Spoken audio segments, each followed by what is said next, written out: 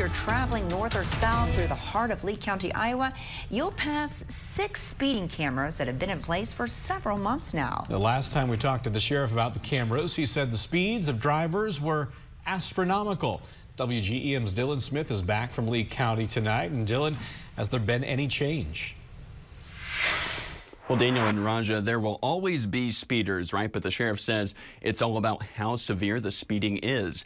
Last month alone, a dozen drivers were tracked going 26+ miles an hour over the speed limit on Highway 218. Over 6,000 citations were issued in March, but a positive, no accidents at the 6 intersections where the cameras are at. In the near 5 months these speeding cameras have been in place, Lee County Sheriff Stacy Weber says they've done their job. It's taming that beast. The beast being drivers who go a little too fast, roughly 16,000 drivers in fact. That's the number of speeders the cameras have tracked since January 1st. While they're driving through my county, I want them to do it safely. So their reaction time's going to be better if they're doing the speed limit.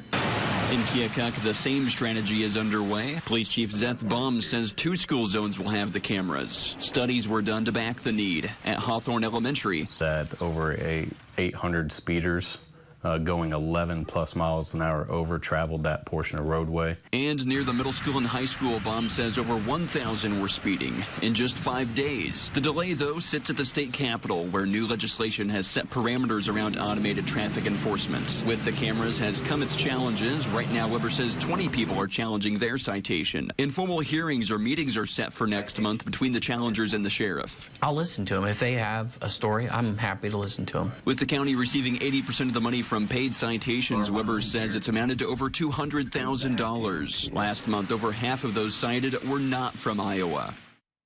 And the legislation that awaits the governor's signature would actually decrease the fines in Lee County.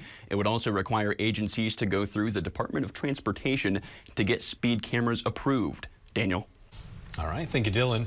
And when the time comes to install cameras in Keokuk, Baum says there will be a public media campaign announcing when the warning phase would start.